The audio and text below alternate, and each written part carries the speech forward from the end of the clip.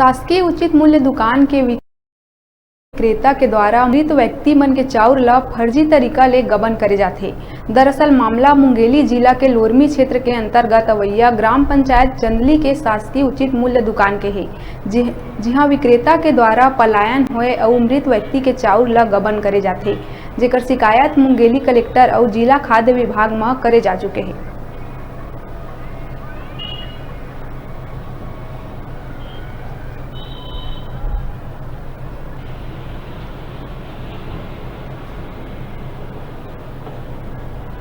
मोर भाई हा 2 साल से बाहर गे कमाए खाला हैदराबाद, तो ओखर राशन कार्ड है, ओखरे मन में जमे रही से समूह मेरा वो लड़का पूछ के गई कि राशन कार्ड ला कैसे करना, तो राशन कार्ड ला जमा कर देनी तो राशन कार्ड है कर दे है ये हो जाए ऐसे करके, तो वो जमा करके वो अपन कमाए खाल चल दे है। तो अभी बीच में तेन मोला मार्च अप्रैल असन में फिर फोन कर रही से कि चावल ले जाते भैया लड़का के शादी करी हो ऐसे करके, तो मैं यहाँ उमा के विक्रेता मन ला बोले रहे हैं कि वो चावल बरे दे फोन करे है, फोन ला बात कर लो ऐसे करके, तो बात भी करवा रहे हैं। तो कथे कि जमा है वो राशन कार्ड में नहीं हो सके, या रही तब फोटो खिंचा ही ऐसे नहीं हो सके।